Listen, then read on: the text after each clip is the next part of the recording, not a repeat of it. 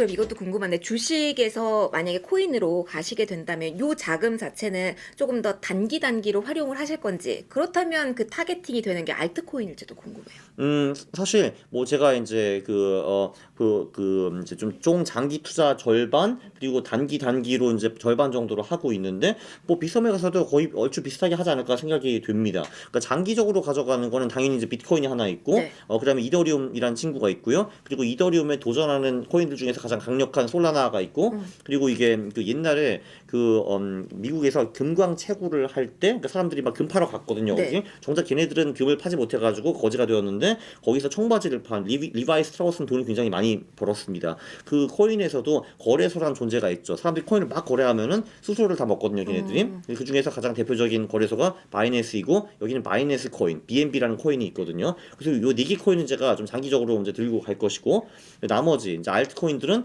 그냥 최근 일주일 동안에 제일 많이 점프한 친구들에 올라타가지고 1, 2주 보유하고 다시 팔기 그 전략을 쓰고 있습니다. 동물 코인도 좀 많이 하셨던 아, 걸로. 동물 코인. 예, 예, 예. 그 요즘은 이제 강아지들이 대세였고요. 이제 그 저기 뭐야 시바이누, 도지코인은 걔네들은 좀 오래된 그러니까 좀 그 이제 늙은 강아지들이고 인증하신 거 봤는데 너무 다 동물들이 앙앙하고 있어서 너무 귀엽고. 예, 요즘에 이제 대세 코인은 이제 그 뭐 WIF 그러니까 이제 모자 쓴 강아지가 요즘 태어났고요. 네. 예, 모자 쓴 강아지가 있고 피피라는 친구도 이제 요즘 굉장히 좀 인기이고요. 이게 다 추세 보고 그냥 예, 담으신 그죠. 거죠. 예, 그리고 그 요건 제가 안 담았는데 요즘은 고양이 코인들도 대세라고 하더라고요. 아, 그렇지, 그러니까 개가 되는데 왜 고양이가 왜 안 되겠어요, 그죠? 예, 안 될 이유가 없잖아. 어느 예. 쪽이세요? 네? 아, 저는 개를 더 좋아하죠. 네. 네. 아, 고양이는 말도 안 들어요, 기본적으로. 그것도 궁금해요. 그러면 추세 말고 또 보시는 것도 있으세요? 만약에 요즘 주식시장도 테마단으로 뭐 AI가 강하다라든가 뭐 기기가 강하다든가 요것도 세잖아요. 똑같이 코인도 적용 가능할까요? 예, 사실 이게 이제 코인에서 가장 쉽게 버는 방법이 상장 직전에 있는 코인들을 사가지고 좀 메이저 거래소 올라오기 전에 이제 그러니까 이렇게 사가지고 그러니까 메이저 거래소에 상장하면 이게 떡상하거든요, 전부 다. 비상장 코인도 하세요? 그러니까 그래서 저는 사실 이제 안 했는데 네. 그러니까 저랑 이제 친한 어떤 이제 대표분이 저한테 하나 알려주셨거든요. 근데 진짜 딱 들어갔는데 진짜 한 3년 만에 2배 이상 오르더라고요. 그래서 했죠 그게. 네. 근데 물론 그분이 다 논리가 있고요. 그래서 한마디로 코인에서 가치 투자가 가능한가? 의외로 꽤 잘 가능하다고 볼 수가 있는데 저는 게을러 빠져가지고 그런 거 연구를 별로 이제 안 하는 편인데 그거 가능합니다. 예. 그러니까 그럼 이제 그러니까 예를 들면 그분이 저한테 알려주신 코인은 뭐 대충 뭐 이제 이런 거예요. 그 뭐 저기 그러니까 이게 그 코인에 이 체인들이 있거든요. 블록체인이 여러 개가 있고 걔네들이 이제 배틀을 하고 있는데 예를 들면 이제 가장 이제 유명한 체인이 이더리움 체인이고 네. 그다음에 솔라나 체인 이런 게 있고 최근에 이제 코인베이스라는 거래소에서 이제 베이스라는 이제 이제 체인을 만들어 가지고 거기 지금 그 많이 이제 돈도 밀어넣고 있고 사용하는 사람들이 많이 증가하고 있대요. 그럼 이제 거기 이 베이스 체인을 뭐 이제 기반으로 한 밈코인 뭐 이런 것들이 막 나온다고 하거든요. 네. 근데 그 중에서 저한테 추천을 하나 해주셨어요. 그래가지고 전자 모르겠지만 천불만 들어가자 천불 들어갔는데 그게 갑자기 다음날 막 2,500불이 되어 있는 거예요. 그래서 응? 한 거죠 그때. 네. 그러면 그러니까 그런 식으로 좀 이제 깊게 파고 들어가지고 최근에 이제 어떤 체인이 잘 나가고 어떤 코인 쪽에 자금이 몰리느냐 어떤 테마 몰리느냐 하면은 가치 투자를 충분히 할 수도 있습니다. 단 이것도 강세장에만 통하는 거예요. 그러니까 한마디로 비트코인의 추세가 기본적으로 유지된다는 거 가정 하에 이런 가치 투자가 가는 거고요. 하락장에는 뭘 해도 소용이 없고 다 잃습니다. 코인은 그렇죠. 아니다. 코인은 상승장에만 하는 것이다. 그러면 이 상승장이랑 가정하에 코인도 계절성 논리를 적용할 수 있어요? 뭐 어느 정도는 가능한 것 같고요. 그 사실 11월부터 4월까지 주식시장은 굉장히 좋고 5월부터 10월까지는 별로인데 네. 그 코인은 원래는 안 그랬다가 최근 몇 년 동안에는 그 비슷한 흐름으로 가는 것 같습니다. 11월부터 4월 좋고 5월, 10월은 조금 떨어지고. 그럼 5월, 10월이 다음 달부터 5월인데 그때 10월이 어떻게 보면은 코인 시장에서도 약간 눌릴 때 매수할 수 있는 기회라고 계절성을 봐도 돼요. 그렇죠. 그렇게 볼 수도 있고, 근데 뭐 사실 요번에 이제 반감기 버프도 있고, ETF 버프, 뭐 홍콩 버프가 있기 때문에, 그래, 저는 요번에 5월, 10월 그거 무시하고 일단 들어갑니다. 네. 다만 모든 상승 추세가 깨지지 않는다는 전제 조건이 다 깔려 있는 거예요. 그렇죠, 그렇죠. 네. 아까 근데 작가님 말씀하실 때 빗썸에서라고 하셨어요. 네. 거래소 딱 빗썸만 일단 기본적으로 저 업비트가 가장 큰 거래소이기는 네. 한데 거기가 요즘 이제 좀 배불렀는지 그 새로운 코인들을 상장을 요즘 많이 안 해주는 편이고요. 네, 그게 중요하군요. 예, 왜냐면 사실 이제 가장 핫한 최근에 잘 나가는 코인들이 있으면 좋은데 네. 그게 좀 굉장히 늦는다고 들었고 그리고 예를 들면 사실 업비트에서 제가 제 돈을 뭐 마이너스나 해외 거래소로 보낼 수도 있잖아요. 그럴 때 좀 많이 번주적 취급을 하는 것 같더라고요. 그러니까 뭐 이런 거 한마디로 나는 돈 수탁하지 않겠습니다. 막 서약서를 적게 하고 막 이렇게 막 사진 찍어가지고 보내게 하고 뭐 이런데요. 근데 진짜요? 예, 그리고 막 이제 이 자금이 뭔지 소명하나 뭐 이렇게 하고 그러니까 뭐 이런 거예요. 제가 리플을 사가지고 네. 그 리플을 사서 마이너스로 이제 보내려고 하는데 그 순간 딱 나가. 그 다음에 이제 이 돈은 이제 네 돈 맞냐? 이 돈이 어디서 나냐 소명하라 이렇게 하거든요. 근데 그럼 그 리플이 마이너스 도착해서 내가 팔아야 될 거 아니에요, 근데 리플이 중간에 막 걸려 있는 거예요. 근데 그 리플이 그 중간에 떨어질 수 있잖아요, 가격이. 네. 그럼 짜증나는 거죠. 네, 네. 오. 뭐 이런 거. 네. 그런 걸 다 차치하고라도 지금 보시는 분들이 코인 하신 분들은 네. 비썸으로 시작하시는 걸 추천하시나요? 그러니까 사실 이제 그런 것 때문에 제가 업비트를 이제 싫어하는 거고, 네. 뭐 근데 예를 들면 메이저 코인만 한다라고 치면은 뭐 업비트를 하나 비썸을 하나 상관은 없죠. 예. 그리고 이제 특히 해외 거래소 돈 보낼 때 이렇게 스트레스를 주는 것 같으니까 그냥 국내 거래소 안에서만 하겠다 하면은 국내 거래소에서 메이저 코인만 하겠다 하면은 뭐 업비트를 하나 비썸을 하나 뭐 큰 차이는 없을 겁니다. 예. 거래소도 근데 많이 고민을 하실 것 같은데 이 네. 팁도 한번 활용해 보시면 좋을 것 같아요. 그러면 주식도 같이 버무려서 저희가 이야기를 조금 더 해볼게요. 일단 주식 한다면 많은 분들이 기억하시는 부분이 방송 끝나고 인버스 사신다고 하셨던 것 같아요. 아 그리고 그죠. 그리고 그 다음에 참패를 당했습니다. 네.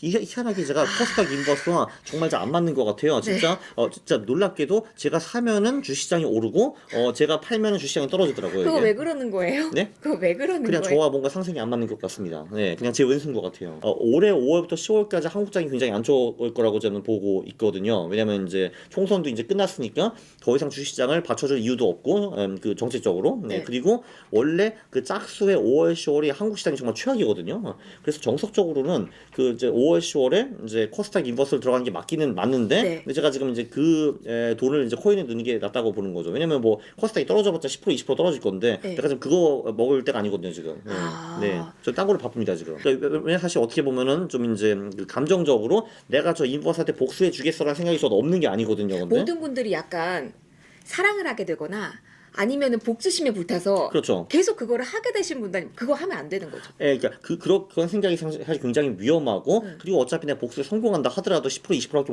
못 먹을 게 뻔하니까. 근데 기분은 예. 좋잖아. 그럼 파는 시점 이야기해 볼게요. 앞서 저희가 판다, 다음 주에 판다라고 말씀해 아, 주셨어요. 예, 네. 예. 그러면 다음 주면은 19일, 20일 요 정도 되잖아요. 전 19일 또는 그 다음 주 월 정도를 생각하고 있어요. 왜냐면은 이게 보통 주식이 4월까지는 굉장히 잘 오르다가 4월 마지막 주에 꼬꾸라지는 경우를 제가 굉장히 많이 봤거든요. 4월 18일 정도 팔았는데 그때가 단기 고점이었어요. 그래서 이제 4월에 이제 쫙 이제 엄청 빠지다가 여러 월 빠지다가 그 후에 7월까지 다시 올랐거든요. 네. 이게 그러니까 제가 판 게 2,580 정도였는데 결국은 이제 그때 빠지다가 다시 2,650인가 뭐 그 2,700 가까이까지 갔거든요. 그래서 제가 어씨 야씨 내가 5월 10월에 안 된다고 했는데 이러면 안 되는데 했거든요. 근데 근데 이걸 다행이라고 해야 되나? 어쨌든 저한테 다행이죠. 그게 그래서 다시 2,200대까지 빠지더라고요. 그래서 휴 역시 5월 10월 역시 과학이야라고 생각했었죠 그때. 과학이다. 네. 근데 전 사실 파셨을 줄 알았어요. 왜냐면 총선 이벤트가 있어서 네. 총선 이후에는 뭐 통계적으로 봐도 보지 마. 주식시장은 안 돼. 이렇게 보시는 분들이 워낙 많았어서 네. 올해는 더 빨리 파셨을 거라고 생각도 했었어요. 저도 그거 살짝 고민하기는 했는데 네. 뭐 살짝 좀뭐 4월 10일이나 20일이나 뭐 그게 뭐 큰 차이가 있겠느냐라고. 네. 근데 뭐 사실 총선 직후에 파는 것도 저는 뭐 나쁘지 않았다고 네, 봅니다. 근데 저는 뭐 그냥 정석적으로 그냥 4월 19일 또는 22일 뭐 그때 파는 거죠. 그러면은 주식이 5월, 10월 안 좋다라고 하셨는데 그럼 미국 주식은 계속 가져가실 건지도 궁금해요. 왜냐면은 뭐 이게 비트코인 쪽에서도 변수가 되겠지만 뭐 금리 인하 시기가 계속 미뤄지고 인상 이야기까지 나오고 있어서 좀 다르게 보시는지 미국 주식은 고 아니면 얘도 왜냐면은 고. 그러니까 바이든이 이겨야 돼요. 10월 말에 선거에서. 네. 그래서 주식시장이 떨어지는 거를 납득할 수 없습니다. 우리는. 네. 아. 무조건 올리게 만들어야 돼요. 네. 그럼 미국 주식은 그대로 그냥 주식 비중을 가져가시고 네. 한국 주식만 팔고 네. 그걸 코인으로 가신다. 그렇죠. 네. 왜냐면 그러니까 사실 이 대통령이라는 게 할 수 있는 게 은근 많습니다. 물론 이제 거기도 민주주의 국가니까 막 진짜 미친 듯이 돈을 찍어서 뿌릴 수는 없지만 비슷한 거는 많이 할 수 있어요. 규제를 완화해 준다든지 네. 뭐 한마디로 주시장이 들어오면 좋아할 얘기를 계속 해준다든지 뭐 그런 거 있잖아요. 그렇죠. 할 수 있습니다. 예, 그리고 뭐 그렇다고 해서 물론 이제 아무리 그런 말을 해도 정말 경제가 이상하고 하락장면 그거는 막을 수 없겠지만 뭐 지금의 미국이 뭐 그런 상황도 아니잖아요. 사실은 뭐 경제가 나쁘지 않으니까요. 그렇죠. 예. 그럼 그 인플레이션이 예. 못 잡힌다는 거는 반대로 말하면 경제가 좋다라는 거거든요, 그게. 예. 그러면 뭐 시장에서 매크로 측면에서 나오고 있는 인하식이 미뤄진다, 횟수 줄어든다. 이거는 큰 틀에서 뭐 코인의 전략, 뭐 주식의 전략, 채권의 전략은 변함없다라고 봐도 돼요. 그러니까 이게 사실 이 금리가 엄청나게 중요하다는 패러다임이 좀 2022년에 생긴 것 같아요. 왜냐면 네. 그 전에는 다 제로 금리였는데 그때 갑자기 진짜 뜬금없이 빵에서 5%로 올려버린 거잖아요, 이게. 근데 그런 거는 당연히 경제에 큰 충격을 미칠 수밖에 없죠. 그리고 그거를 그런 식으로 예측한 사람도 없기 때문에 이제 기대와 완전히 어긋나는 선택이었기 때문에 이게 큰 충격이 있었는데 사실 뭐 솔직히 지금은 이미 5.5에 와 있고 지금 이게 5.25가 되네, 5가 되네, 뭐 아니면 5.5네 이게 사실 굉장히 좀 작은 차이잖아요. 이미 네. 높은 상태에서. 그래서 이거는 자산 시장에 대단히 큰 영향을 미칠 수 없다라는 게 제 생각입니다. 저희 이머스는 저희를 작가님을 슬프게 했지만 채권 좋았다고 미국 채권. 아니요, 그 채권 친구도 제가 이제 10월에 들어가가지고 그때 한 2달 정도, 3달 정도 굉장히 재밌었는데 네. 그 후에 그 말씀하신 금리 인하가 계속 이제 뒤로 미뤄지고 여긴 영향을 받았네요. 팔았죠. 아. 예, 그래서 그거는 좀 슬펐어요. 예. 왜냐면은 채권은 금리와 완전히 그 100% 이제 상관성이 있는 자산이기 때문에 네. 그건 영향 안 받을 수가 없죠. 그러니까 뭐. 주식은 금리는 하나의 요소거든요. 근데 네. 사실 주식은 그거보다는 이제 기업의 이익이 훨씬 더 중요하죠. 그렇죠, 예. 그렇죠. 근데 기업의 이익도 물론 금리 영향을 받기는 받지만 그것도 100% 받거나 그런 거는 아니잖아요, 사실. 근데 채권은 거의 100% 금리라고 보면 되죠. 예. 그래서 네. 근데 다행히도 그 처음 석 달에 번 그 돈을 다 까먹진 않았습니다. 어떻게 하실 거예요? 네, 그거요. 그것도 들고 갈 겁니다. 계속? 예. 한국 채권, 미국 채권 다? 예, 둘 다 가져가고 뭐 이제 금리 인하가 좀 늦어진다 하더라도 결국은 올 수밖에 없다고 저는 보기 때문에 비중 일단, 조절도 안 하시고요. 네, 안 할 것 같아요. 네. 그러면은 지금부터는 코인 비중을 늘리신다. 네. 일시적으로. 예, 그 다음에 10월에 다시 화려하게 한국 주식으로 들어올 겁니다. 10월에 다시 들어오실 예, 저 거예요? 한국 주식 굉장히 좋게 봅니다. 한국 기업이 좋은 게 아니라 네. 싸서. 예. 그러니까 이게 그 한 몇 달 전인가 어떤 영국 펀드 매니저가 한국 주식과 시장에 대해서 좀 이제 이런 그 보고서를 올렸어요. 정말 이 기업들 쓰레기라고 이제 한마디로 대주주들이 이제 소액주주들 합법적으로 전부랑 이제 강탈할 수 있다 뭐 이런 식으로 막 올렸거든요. 욕을 막 신나게 했어요. 네. 오늘 신나게 한다. 그리고 이제 그 대주주들은 그렇게 해서 횡령에 가서 감옥 가봤자 1년 만에 다시 나온다 뭐 이런 말도 하면서 진짜 막 대놓고 막 깠거든요. 근데 결론은 뭐냐? 그래도 나 한국 시장을 좋게 본다라는 거였어요. 이제 그 이유는 첫 번째. 그러니까 한마디로 좀 양식적인 기업들도 있더라. 근데 걔네들도 다 싸잡아서 저평가가 되어 있다라는 게 하나 있었고, 두 번째는 그런 이제 사기꾼 기업들도 이제 그 사기꾼 기업 대비 너무 싸다라는 게 뭐 하나 있었고요. 네. 그래서 한마디로 그 밸류에이션 때문에 한국 시장을 좋게 본다라고 했는데 저는 그 사람 의견에 100% 동의하는 사람입니다. 그러니까 한마디로 한국 기업이 별로인 건 맞는데 그리고 이제 대주주들의 그 질도 이제 별로이긴 한데 그 대신에 싸다. 그래서? 미국은 기업은 훌륭하지만 엄청 비싸다. 참고로 한국 주식은 홀수해 IMF 후에 단 한 번도 떨어진 적이 없습니다. 자산 배분 한번. 자산 배분 네. 그냥 뭐 그 5월부터 10월까지는 뭐 미국 주식과 채권과 금은 그냥 그대로 가고 한국 주식 빼가지고 일시적으로 코인에 담았다가 다시 10월 말에 컴백 뭐 그거죠. 그러면은 5월 언저리에 새로 들어갈 만한 거는 코인 빼고는 일단 없다라고 봐야 돼요.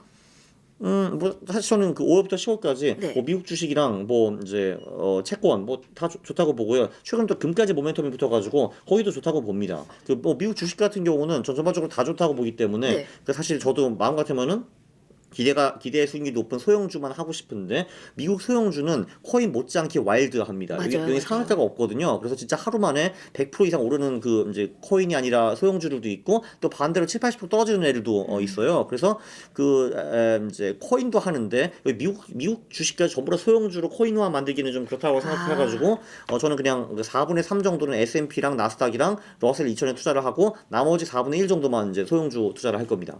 그러면은 전체 포트 비중에서 코인이 어느 정도? 지금 이제 금융자산 중에서는 한 지금 30% 정도 되는 것 같은데 네. 이제 일시적으로 좀 더 높아지겠네. 그러면 지금 포트폴리오에서 가장 비중이 일시적으로 높아지는 거 감안해서는 코인이 가장 높으신 거죠. 뭐 대충 그렇네요 보니까. 네, 네. 생각해보니까 그렇습니다. 네. 아니요, 어마어마하게 수익률이 좋으시더라고요. 3월 기준으로 한 7억?